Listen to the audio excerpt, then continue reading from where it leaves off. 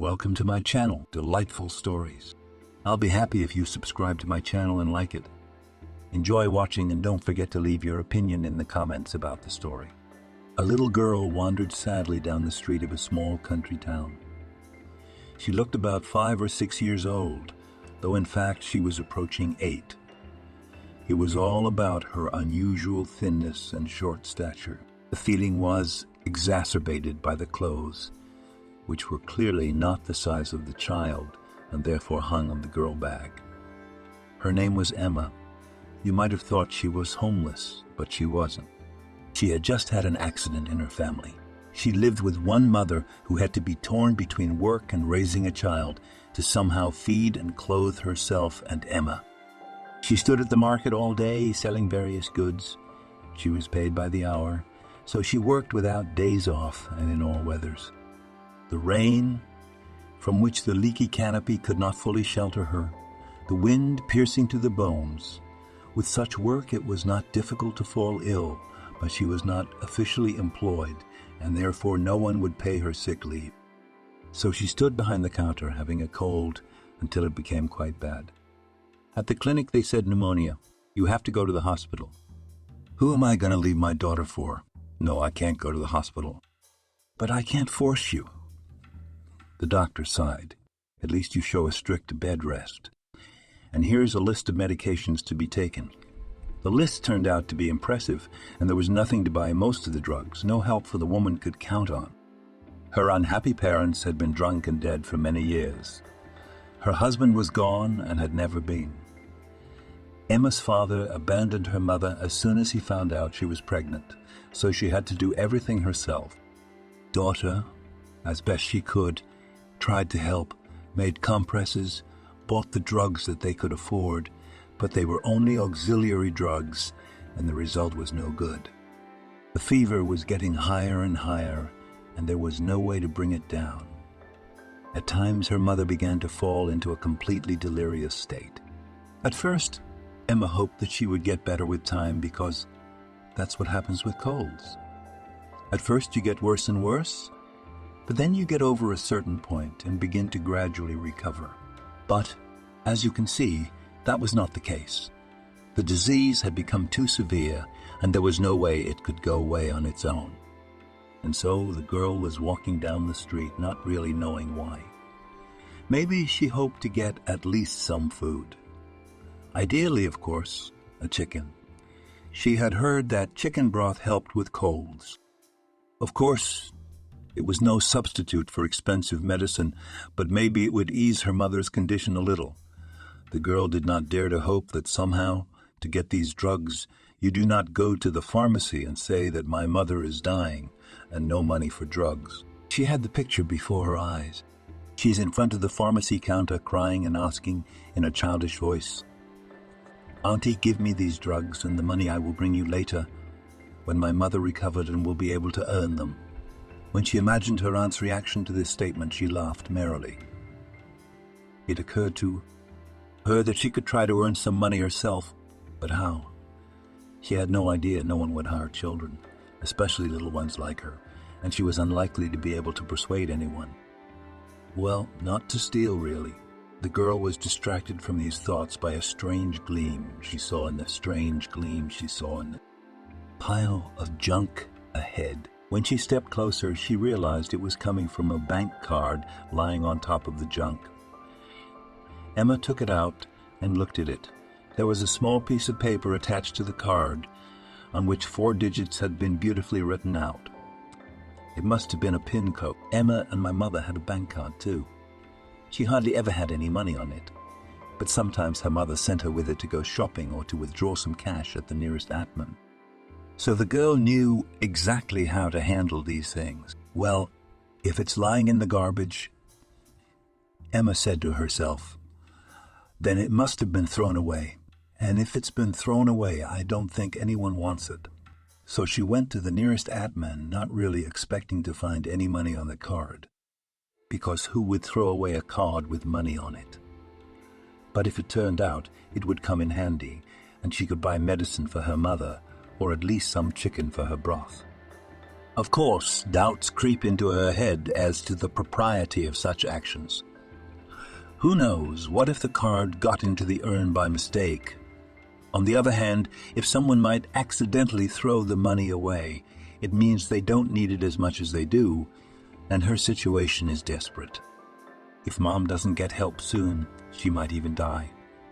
At that thought, the child's eyes filled with tears, and she quickened her pace. When she got to the ATM, the first thing she did was to ask for her card balance. When she saw the amount in the account, her eyes went up to her forehead. Until that moment, she could not have imagined that one person could have that kind of money. She estimated that the amount she saw would be enough for her and her mother for almost a lifetime. Immediately, all her doubts fell away. It was unlikely that a man of such wealth would suffer much if she took a little money for her mother's medicine. Emma was not going to withdraw any more than necessary. When she left the bank branch, the girl immediately went to the nearest pharmacy and bought all the medicine her mother needed. She guessed the amount accurately. There was almost no money left except for a few dozen rubles. She decided to go to the grocery store and see if she could buy something with the remaining money. On her way out of the pharmacy, she bumped into a woman who was not old anymore, but not bad looking. She looked at her intently with a strange expression, and then suddenly asked, "Little girl, you were the one who withdrew the money from the ATM near here, weren't you?" Emma got a shiver. She realized that this woman was the owner of the card, and that now she would probably be accused of theft, dragged to the police, and she would not have time to bring medicine to her mother. The girl's eyes filled with tears again. She took it off, she admitted honestly. "But I found the card in the trash, so I thought no one needed it anymore. Look, we really need the money. My mom's sick. I can't afford to buy medicine." "Well, calm down," said the woman affectionately. "I know that you did not steal anything. It was my cleaning lady accidentally threw out the card. We have an office near here, and that's how it ended up in this trash can. Besides, I know how much money was on the card. And you only took a little bit of it. Besides, it wasn't for yourself. It was to help someone close to you." Emma could not calm down, just apologized and mumbled something about her mother's illness. She showed a bag of medicine and a check to prove that she had spent the money on exactly what she had said. Finally, after a few minutes, she managed to stem the flow of tears. "What is your name?" the woman asked. "Emma," the girl answered quietly. "And I am Irene. Pleased to meet you. You know, Emma, let's you and I buy your mother some more vitamins and food to make her feel better. This will be my reward for your finding."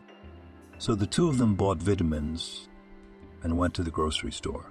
The woman herself picked up a whole basket, fruits, vegetables, milk, and, to Emma's delight, the cherished chicken. Now she could definitely boil her mother a great broth. At 7 years old, she was already pretty good at cooking. Irene helped Emma carry her purchases home. She didn't go in, though, leaving everything she bought in the hallway. The girl invited her savior to come in at least for a cup of tea, but she politely declined. I've had a cold recently," she explained. "I'd better not come into contact with sick people. Besides, your mother obviously doesn't want strangers in the house right now. Here, take my phone number just in case." Thanking the woman for her kindness, she gave her mother a portion of medicine and started making broth. She was very concerned about her mother's condition. Now the incomprehensible semi-delirium practically did not stop. The girl was worried that help would not come too late. So passed 2 days. The woman's condition only worsened. Emma couldn't feed her mother or even get her to take her medicine. In the end, she was no longer able to understand what was going on around her, and her daughter decided to call the doctors. The mother was taken to the hospital, refusing to let the girl go with her, despite all persuasion. Not knowing what to do next, the girl dialed Irene's number and explained the situation in a fractured voice. "I'm sorry to bother you, My mother got worse. She was taken to the hospital, and they won't let me see her. I don't even know what to do. I'm sorry, I just don't have anyone else to turn to." "Quiet, Emma," said the woman softly. "You not worry. I'll come to you now, and we'll solve everything." And she did come in about half an hour. "I've been thinking," she said practically from the doorstep. "If you want, you can stay with us for a while. There is plenty of room in the house." Where several streets were filled with upscale mansions, a woman lived in one of these. Leaving the girl in the care of her husband, who was having a day off, Irene went straight to the hospital to see Emma's mother. Arriving at the clinic, the first thing the woman did was go to the emergency room. "Hello," she said.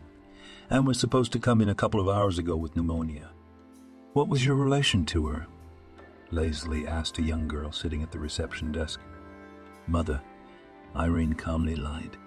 If she had learned anything in her 50 years of life, it was that no one in the hospital would talk to a complete stranger to the patient, but voice the degree of relationship too. They would not really check. The girl at the counter started typing something on her computer keyboard and then looked up at Irene. "She's in serious condition. Visits have been ruled out for now. May I speak to her attending physician?" Sure. "Second floor, room 23. You're in luck. It's family time." Irene went up to that office and talked to the doctor. The conversation was quite short and as businesslike as possible.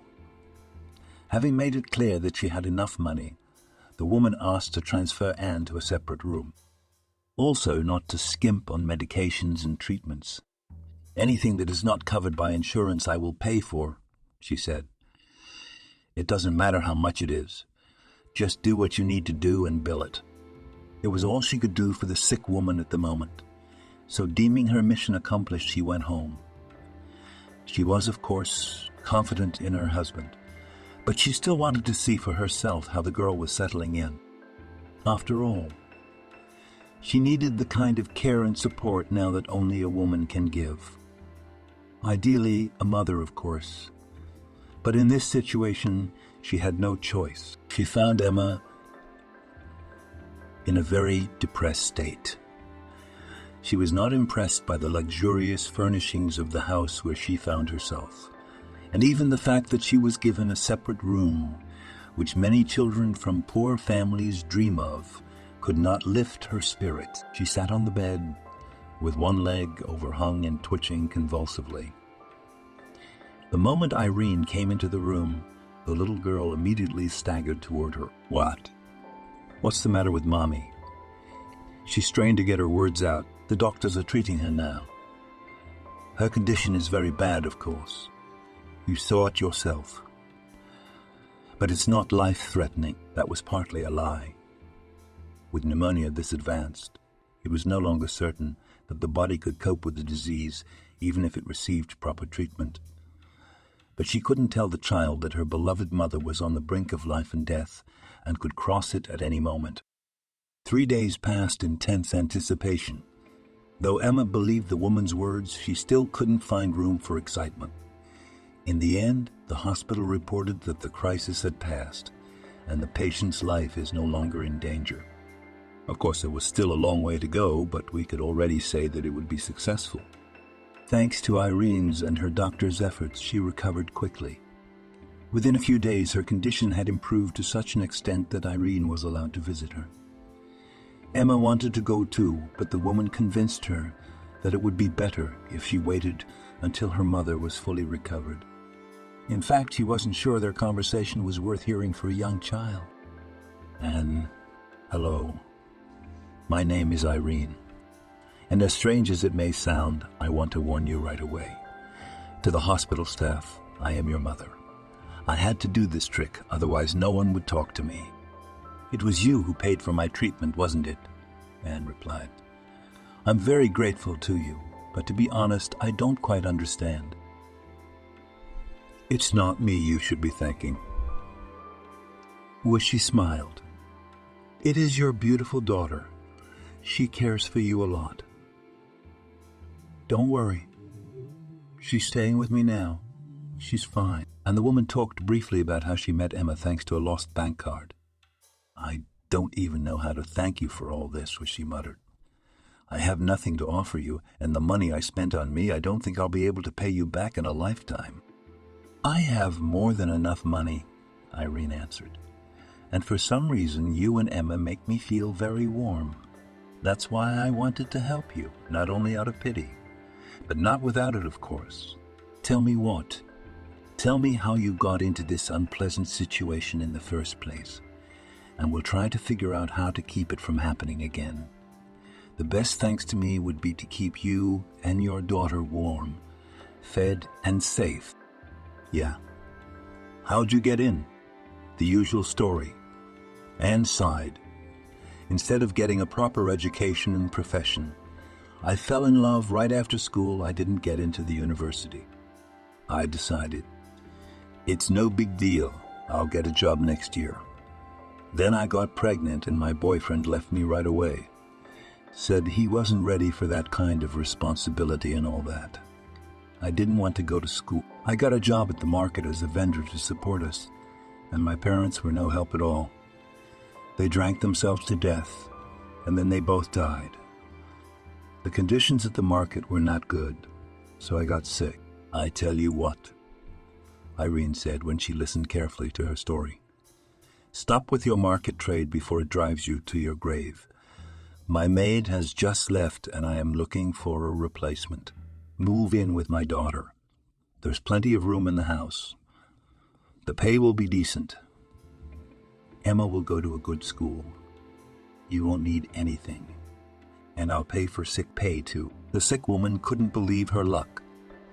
At a moment when there seemed to be no hope, this woman showed up and offered to solve all her remaining problems at once. Of course, she could not refuse such a tempting offer. Anne thanked Irene profusely for her kindness. The woman only chuckled. That was the end of their goodbyes. A few days later, Emma persuaded Irene to take her to see her mother. Both were incredibly happy to see each other, and it seemed that only now they finally calmed down and stopped worrying about each other. After letting mother and daughter talk a lot, Irene took the girl home. There, however, they did not get a very warm welcome. Right on the doorstep was Kate, Irene's daughter, who for the first time in a while appeared at home. And where exactly she had disappeared, neither her mother nor father knew. To any questions she answered that she was an adult and did not have to report to anyone. Which of course was true, because she turned 25 this year. Nevertheless, her parents were worried about her getting in with the wrong crowd, because she had some of the prerequisites for that.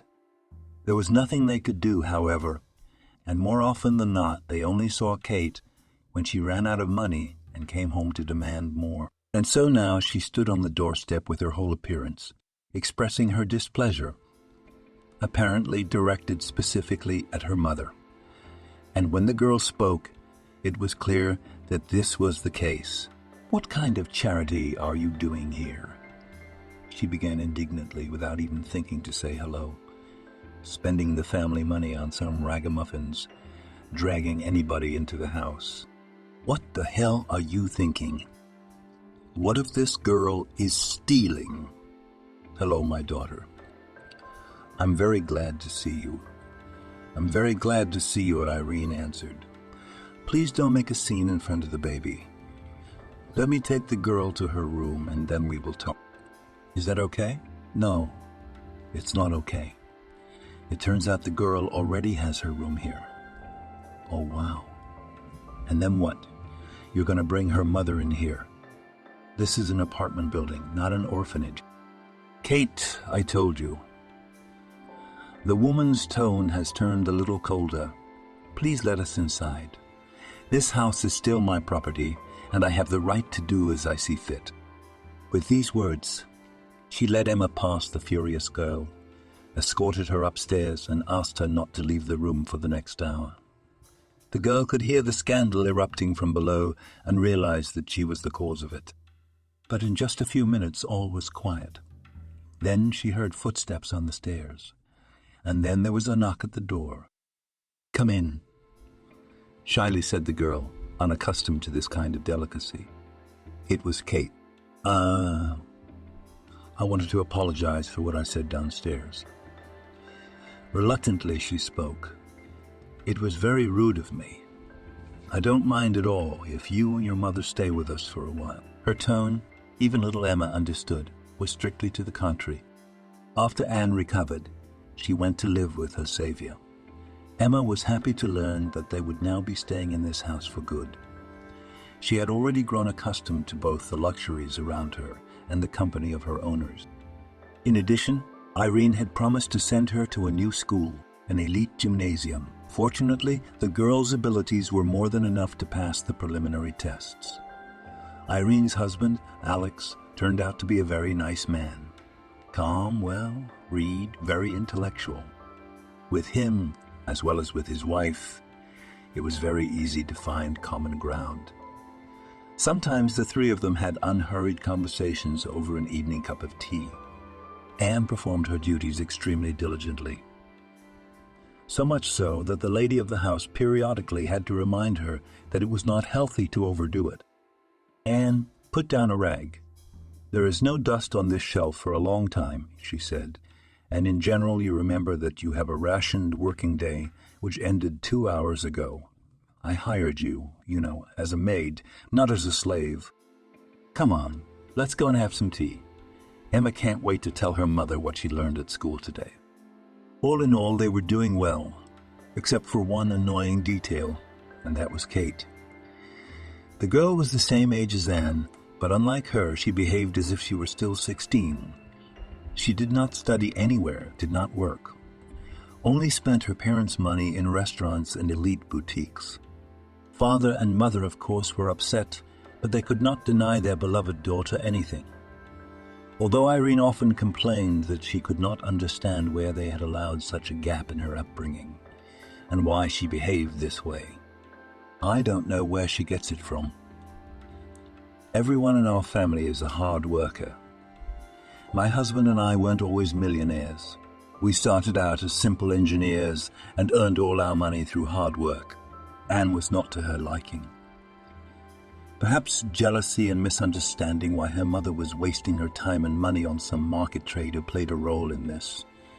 And then she tried to jab the girl with hints at her previous work, then on the inability to dress fashionably, then on poverty.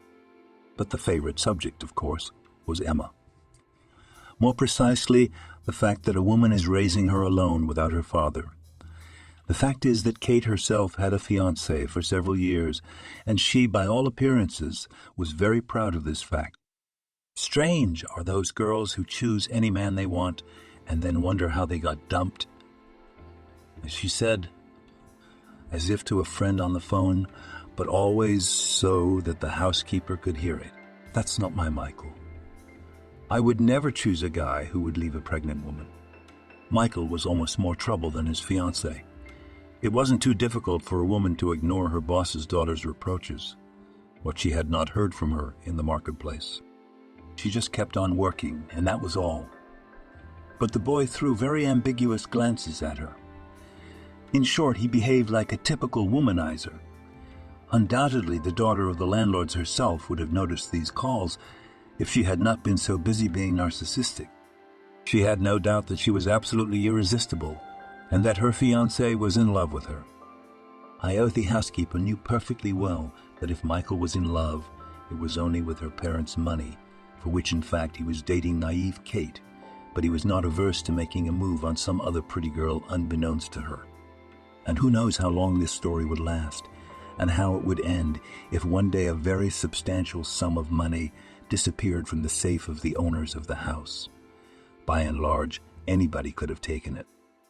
The owners were total extroverts, and their house was always full of guests. Kate, of course, had her own version of how the money had disappeared. "You ungrateful bitch!" She pounced on Anne as soon as the hostess, having gathered all the household for a family council, brought them up to speed. "Your parents had literally pulled you out of the darkness, and this is how you decided to repay them. As if they don't pay you enough for your downtrodden job. Maybe your daughter stole it. She's already proven to be a thief, I remember. Kate, stop it. Her mother cut her off quite sharply. I don't believe she could have taken that money. Who else? She wouldn't let up, would she? Was it me? I didn't say that. I don't know what could have happened. I think you should call the police and let them sort it out.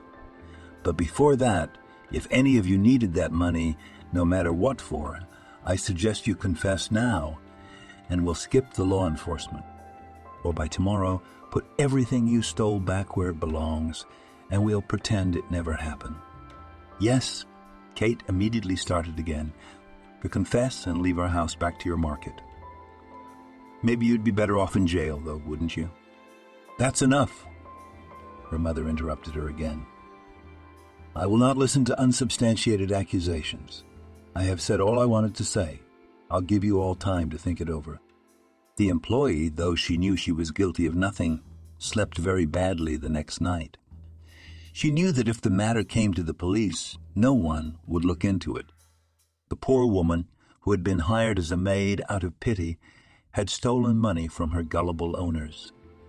The simplest explanation, not even needing to prove anything. On the other hand, she could feel the change in attitude toward her. The owners of the house, though they continued to be impeccably polite, still showed a kind of coldness toward her. Irene, of course, said she did not believe she could be a thief, but understandably she had her doubts about it. And if the money appeared in the safe tomorrow, no doubt everybody would think she had done it. Whichever way you look at it, the situation is hopeless. Could it be that even this daughter took her parents' money without asking, just to set her up? There was no reason for her to steal it herself. The parents would have given practically any amount without asking too many questions. It was late, close to 1 o'clock in the morning, when Emma came into her room. The girl lived in the next room and must have heard her mother tossing and turning in bed and unable to sleep, so she must have come to ask what had happened. She was beginning to wonder what she was going to say to her daughter and how she was going to explain to her why they had suddenly been banished from paradise, and the fact that she would have to leave home seemed almost an imminent event. She did not yet know that her beautiful daughter had not come with questions or consolation, but with a solution to her problem. Mom, excuse me, please. She began with words that Anne did not expect to hear. For what? She asked cautiously, fearing the worst in her heart. I know it's not nice to eavesdrop on other people's conversations, and that adults sometimes talk about things that children shouldn't hear. But I happen to know what you were talking about in the kitchen today, and I also know who took the money you were talking about. When I saw him do it, I wondered if he was allowed, and I wrote it down on my phone just in case. She hugged her daughter tightly. Wow, what a smart girl growing up, and diplomatic too. Not so long ago, Emma got a smartphone, a birthday present from the lady of the house. She would not hear any objections from the girl's mother. She said that now they even need phones for school, and they already have money to spend, so let it be. And so this smartphone came in handy at the most unexpected moment. The next day, no money appeared in the safe, of course. Kate was unusually quiet this time, but she had a malevolent smirk playing on her lips. She seemed quite sure that now the hated maid would be out of her life forever. However, she was in for a very unpleasant surprise. Anne, though she was kind and gentle by nature, had to make some effort to suppress the schadenfreude within her. After all, the girl had given her a lot of trouble. But now she had a chance to knock her down. Besides, maybe she'd finally realize how wrong she'd been acting all this time. Well, Irene said sadly as she opened the safe and made sure the missing money never showed up, I guess we'll have to call the police. Unless, of course, no one wants to tell me anything right now. Wait, Anne began. She saw the gleam of triumph in the woman's eyes and how sad a mother's face had become. I know who took the money, and I have proof. Emma saw the thief and filmed him on her phone. Placing the smartphone where everyone could see the screen, she turned on the tape. It wasn't the best angle, but still she could clearly see who was taking the money out of the safe and then closing it carefully. It was Michael, their daughter's fiancé. In spite of everything, the owners of the house decided not to go to the police. After all, Michael was not quite a stranger. They simply demanded that he return the money, threatening to involve the police. Michael was incredibly angry, both at his girlfriend's parents and at herself. He made an ugly row right in their house, yelling something about how they already had enough money and that they had spared him the little he needed.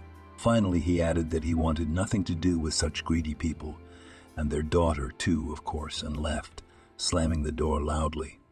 Contrary to what the employee had hoped, the situation did not sober the owner's daughter. On the contrary, she became even more intolerable. As soon as the door slammed behind her fiancé, now obviously her ex, she continued the scene he had begun with renewed vigor. "So, some strange girl can steal money from your card," she yelled at her mother. "But your own daughter's fiancé can no longer lend a small amount. It's true. It's nothing. You wouldn't even have noticed it if you hadn't put another little wad of money in the safe. Do you even know that your so-called fiancé needs money? What difference does it make?" "There's a difference. I mean, we've never denied you or him any small expenses. But here it's a pretty decent amount. And if it was for a good cause, we would have given it to him, and he knew it. So there must be something here that we don't like," said Alex judiciously. "You never like anything if it has to do with me," continued the daughter hysterically. "You may have ruined a man's life, but you certainly have ruined mine." She ran out of the kitchen, slamming the door loudly, and in the hallway ran into Anne, who was dusting off a coat rack, trying not to pay attention to the scandal in the kitchen. She could only be glad her daughter was in school right now and not hearing all this horror. Oh, Anne noticed. The woman turned her attention to a new target. "This is all because of you. From the moment you came into this house, I knew it wouldn't end well. What a clever girl. She put it on her phone, so I believed her. Michael and I love each other, and you got jealous because you couldn't hold on to your man, so you decided to break us up. Kate, I decided to break us up.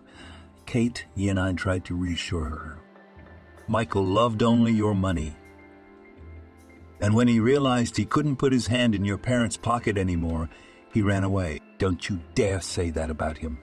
Don't you dare say his name at all. How dare you talk to me like that? Bitch!"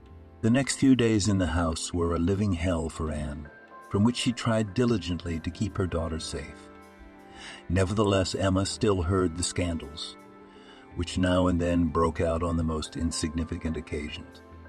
The poor girl was beginning to feel guilty about what she had done and shown that tape, but after all, she just wanted to save her mother. Kate was in no hurry to leave the house, though she had repeatedly threatened that she would never set foot here again. Instead, she made ugly scenes to both her parents and Anne. The only thing she had the decency to do, though, was not to make an outrageous showdown in front of the child. "We all just need to get over it," Irene said one night after another scandal. "Her and all of us. She's upset. She seems to have been really in love with the bastard, and now she's worried about betraying him. It will pass." She spoke with confidence, but her voice trembled. Anne saw that the mother of the family was about to lose her temper. She felt very sorry for this beautiful woman, but she had no idea how she could help her. In addition, she felt her own guilt for everything that had been going on lately. But one day, everything changed. I wish, of course, that it had happened, because Kate had finally realized everything and calmed down. But the reason for it was completely different, and unfortunately not happy at all. The tragedy that had happened had really silenced the whole house, but now everyone in it wanted to go back to the times when the dishes in the kitchen rang with the screams of the owner's daughter. Anne was sitting on the bed in her room reading when Kate burst into the room. At first it seemed like she was about to start scandalizing again, but in the next second it was clear that something had happened. Her face was white as chalk and tears were rolling down her cheeks. With difficulty, she managed to utter, Daddy was in an accident. He is now in the hospital, needing a transfusion. Mom asks if you would agree to come with us to give blood. He's a rare type, so the more options, the better. Sure. That's all the woman said, without going into details, which, however, she did not know herself. She explained to the girl that Alex was seriously ill and needed help, so all the adults need to go away for a while. Be good. Of course, Mommy. They packed up as quickly as possible and headed to the hospital. Irene tried to drive herself, but together they were able to persuade her to wait for the driver. The woman's hands were shaking, and she certainly should not have been driving in such a condition. An hour later, they were at the blood transfusion station. One by one, they all had samples taken for compatibility testing and various tests. Holding their breath, the three women waited in the hallway for the results, jumping every time a door opened. Everyone was well aware that it was counting down to hours. Kate clutched at the housekeeper's hand with a dead grip. She was extremely restless, sobbing or even quietly crying and wailing. If Daddy dies. And the last thing I said to him was, he's not going to die, Irene cut off, but there wasn't a fraction of the confidence in her voice that she portrayed. Anne tried her best to reassure the girl, though she was shivering. Even though they had a bad relationship, to say the least. She felt sorry for the girl. Maybe too spoiled by her loving parents, she'd never faced real adversity before. Now the two of them shared a grief that united them, because to the housekeeper, Alex had practically become the daddy she'd never had. In fact, her biological father had never been interested in his daughter's life. In fact, all her parents were interested in was the presence of alcohol in the house, and in a sense, the couple had replaced her mother and father, giving her the warmth she had lacked as a child. At last, the door of the right office opened, and the doctor came out. The expression on his face was extremely puzzled. It was impossible to know what news he was walking down the corridor toward them. All three, however, hoped for the best, but were clearly not prepared for what they had to hear in the next few minutes. Really, this isn't the best time to talk about it. But you, Kate, are not related to our patient, and neither are you. The last phrase was addressed to Irene. And your blood, alas, is not suitable for transfusion. All three of them tried to comprehend what was being said, but it did not make sense to them. It sounded like nonsense. Was Kate not related to them in some way? How was that possible? It was shocking. The doctor, meanwhile, after letting them recover a little from what they had heard, continued, Here your blood. Anne fits perfectly, and even without detailed analysis, I can say that you are quite a close relative of our patient. There was no time to argue about anything, and Anne went to give blood for the man. An hour later, the complicated operation began, which was to save his life. Everyone was breathing a sigh of relief.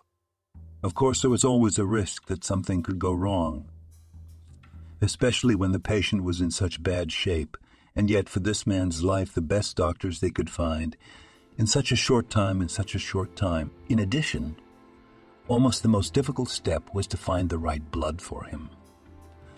The operation lasted several hours, but was quite successful. Alex remained in a stable and severe condition, but the main threats to his life had been eliminated.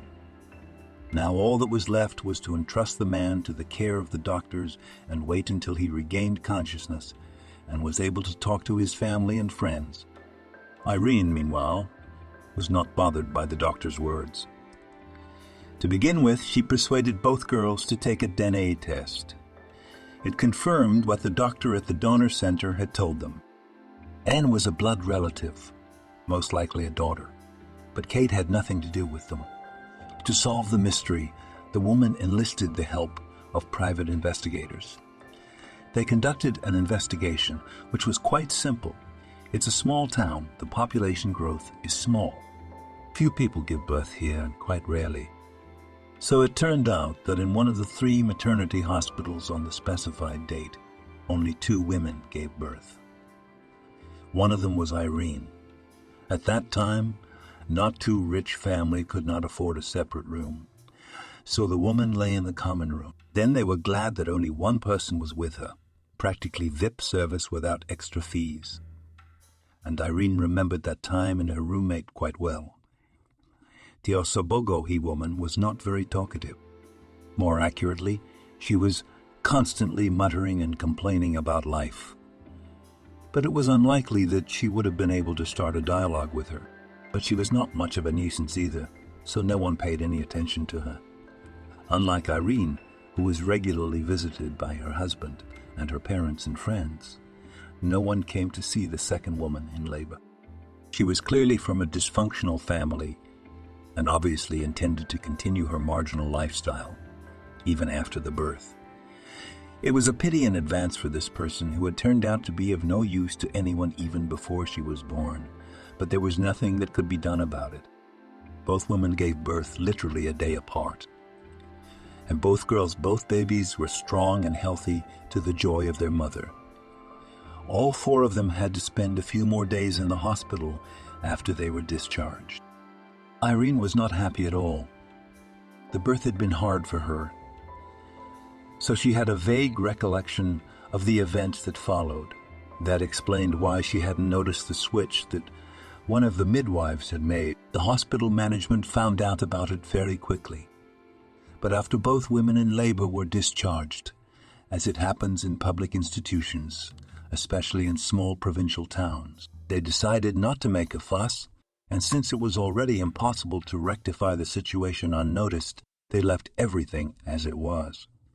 The only thing they did was fire a midwife who ended up in a psychiatric hospital for life. Most likely, it was the baby swapping that caused her to be sent there. But no one really investigated what caused her to behave this way. However, detectives got to the bottom of the motives for the woman's behavior. In addition to mental illness, it was banal envy. She decided that if it happened to her, so no one in this world should not be happy, especially a woman who had been able to bear and give birth to a child. And she happened to be Irene by chance. This midwife herself also really wanted to have children, but all her attempts ended in failure. At first, she couldn't get pregnant for a long time, and when it finally happened, it turned out that she was physically unable to bear a child. As a result, she miscarried at a fairly early stage. Since then, she has held a grudge against all women who can, unlike her, have children. But she did not leave her job because she had nowhere else to go. And so little by little, year by year, looking at the happy mothers whom she herself helped to give birth to, she slowly went mad. Of course, no one noticed. And at that moment when Irene gave birth, something in that poor woman's head finally broke. Maybe it was because she had everything she did not have. A loving husband, caring friends and parents, a well-paid job and good prospects, and now a baby, and the midwife decided that it was necessary to spoil this ideal life, and gave her a baby of a marginal person who by lucky coincidence gave birth almost simultaneously with her. Of course you know, you don't want to, but genetics will take its toll. It would not be easy for this woman with someone else's child.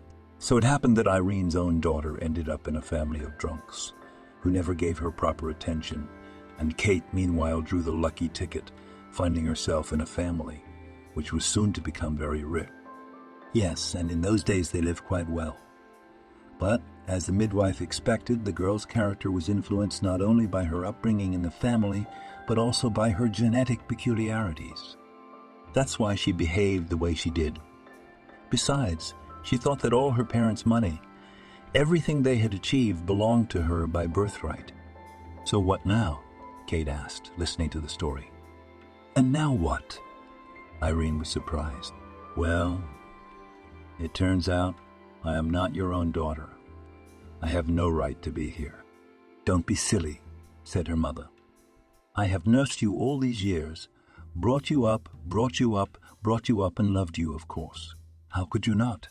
I don't know who's replaced who and who your biological parents are. You are my daughter. Unless, of course, you now agree to consider me your mother. Of course, Mommy, I love you too.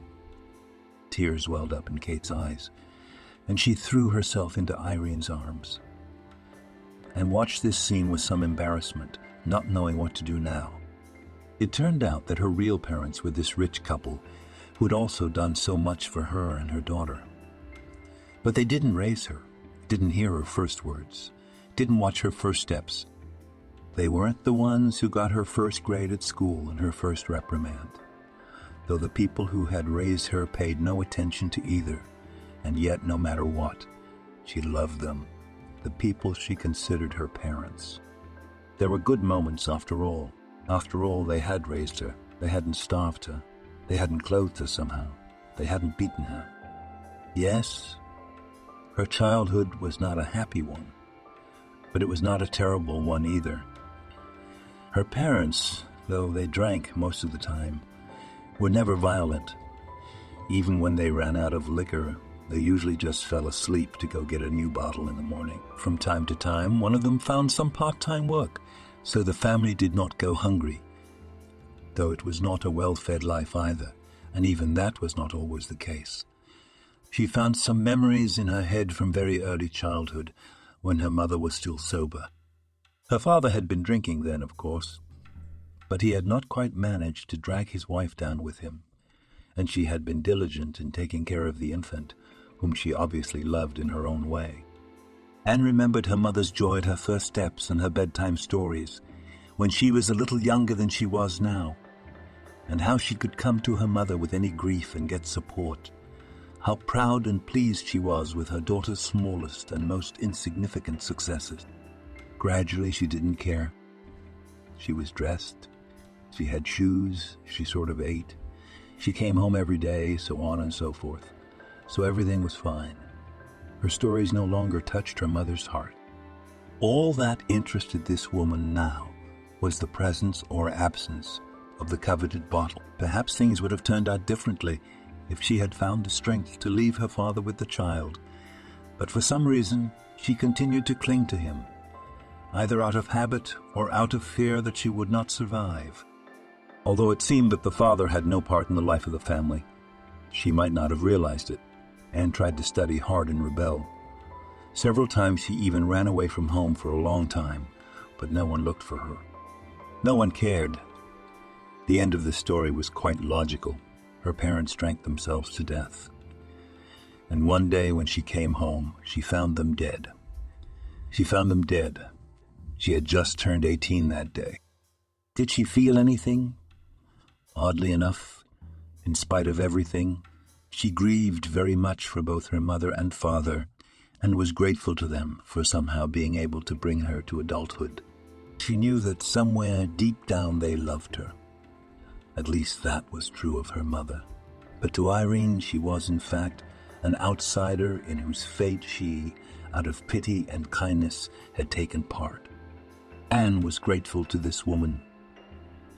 She felt a warm affection for her, but she did not feel any certainty that it was reciprocal. "I have enough dreams in my heart for 2 daughters," the woman said, as if she'd read her mind. "In fact, I always thought how nice it would be if you had a little sister or brother, but the first birth was really hard, so I never dared to go through it again." And she hugged Anne tightly. And a few seconds later, she felt Kate join them. It looked like a real miraculous reunion of a long-lost family. Only one person was missing to make this picture complete. Alex wasn't discharged from the hospital until a few months later, though improvement came much earlier. Until then, who your biological parents are. You are my daughter. Unless, of course, you now agree to consider me your mother. Of course, Mommy, I love you too. Tears welled up in Kate's eyes, and she threw herself into Irene's arms and watched this scene with some embarrassment, not knowing what to do now. It turned out that her real parents were this rich couple who had also done so much for her and her daughter. But they didn't raise her, didn't hear her first words, didn't watch her first steps. They weren't the ones who got her first grade at school and her first reprimand, though the people who had raised her paid no attention to either, and yet no matter what, she loved them, the people she considered her parents. There were good moments after all. After all, they had raised her. They hadn't starved her. They hadn't clothed her somehow. They hadn't beaten her. Yes, her childhood was not a happy one, but it was not a terrible one either. Her parents, though they drank most of the time, were never violent. Even when they ran out of liquor, they usually just fell asleep to go get a new bottle in the morning. From time to time, one of them found some part-time work, so the family did not go hungry, though it was not a well-fed life either, and even that was not always the case. She found some memories in her head from very early childhood, when her mother was still sober. Her father had been drinking then, of course, but he had not quite managed to drag his wife down with him, and she had been diligent in taking care of the infant, whom she obviously loved in her own way. Anne remembered her mother's joy at her first steps and her bedtime stories, when she was a little younger than she was now, and how she could come to her mother with any grief and get support. How proud and pleased she was with her daughter's smallest and most insignificant successes. Gradually, she didn't care. She was dressed.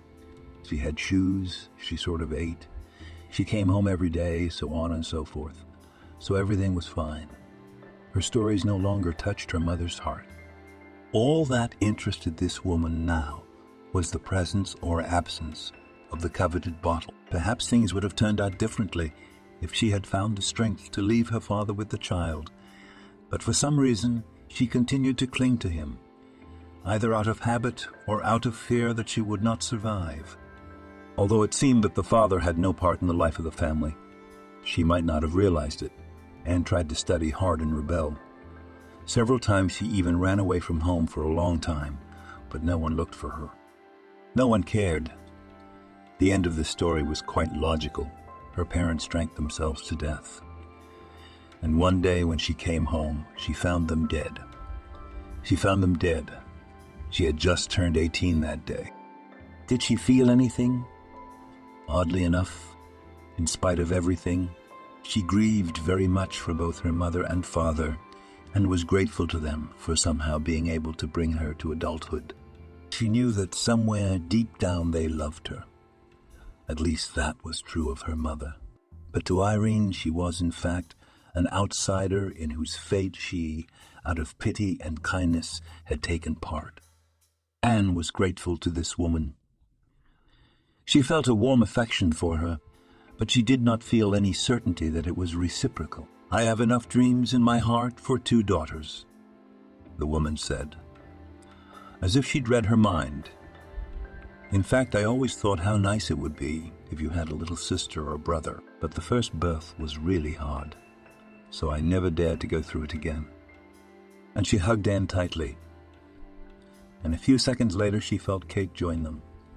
It looked like a real miraculous reunion of a long-lost family. Only one person was missing to make this picture complete. Alex wasn't discharged from the hospital until a few months later, though improvement came much earlier. Until then, forbidden. The girl, clever beyond her years, did not argue, realizing that no one would impose these restrictions for nothing. All cars were carefully checked by security guards before each trip. Fortunately, nothing else was found suspicious, but no one thought to relax. Of course, perhaps it was just reassurance, and after the failed assassination attempt, the villain abandoned his plans, or he had a personal score to settle with the man, and not his entire family, but one can never be too careful. In the meantime, the investigation was in full swing. All members of the family were thoroughly questioned, but no one could recall anything suspicious that day. It was business as usual. Who could have interfered with him enough to want to kill him? No one could have imagined it. He and his wife ran their business honestly and did not cross anyone's path. They certainly made a lot of money by the standards of their town, but not so much that anyone would want to take their firm away from them or anything like that. In short, the investigation's initial theory that the attack had something to do with business was ruled out. Then they began to work out the idea that it might have been personal revenge. And that's when the first and only suspect appeared. The most serious conflict that had ever occurred in this family had recently involved the daughter's ex-fiancé. He was the only one who had any reason to retaliate. True, to believe that he would try to kill a man just because he wasn't allowed to steal money was pretty hard to believe. Of course, even the girl had already realized that the guy was, to put it mildly, a dishonest man. But there is a difference between an Alphonse and even a thief and a murderer. Besides, there were no threats from him to the family. He just left, slamming the door loudly, and none of them ever heard from him again. She tried to contact her ex-fiancé for a while, but he just wouldn't return her calls. Basically, none of them knew anything about him at all. Whether he worked or studied, who he socialized with, what he did in his spare time, who his parents were. All this the police had to find out. And after a while, they discovered that he did have a motive for wishing his father dead. It turned out that Michael was a gambler and got into huge debts, having lost to gangsters. They had been threatening him for a long time. They were not going to wait until he married Kate and could get that money more or less officially, so he decided to steal, hoping no one would look into the matter and blame everything on the maid, who had appeared in the house relatively recently. But the plan did not work, and he had no other way to get a large sum of money quickly. Michael knew it was all over. Those people he had contacted were bound to come after him and take either his money or his life. Before he killed himself, he decided not to die alone and tried to take with him also the one he considered responsible for his troubles. "I must thank you," said the coroner at the end of his story. "Your diligence and your case have led us to a gang we have been after for years. Soon they will all be behind bars, where they belong." After weeks of stress, the family could finally breathe. The guards were released. Emma was allowed to go out and see her school friends again. Numerous guests began to come to the house again, and everyone was welcome here. Thanks to Emma's great desire, after several months of arguments and persuasion, the family got a dog. The girl, as promised, takes care of the puppy herself, walking, feeding, brushing. At this point in her life, she is doing well in school and dreams of becoming a veterinarian. The women eventually became great friends and spent a lot of their free time together. Kate took up her mind and enrolled in college, deciding it was never too late to get a good profession. Her parents hoped that their daughters would help them with the business and in the future would be able to take full charge of the firm.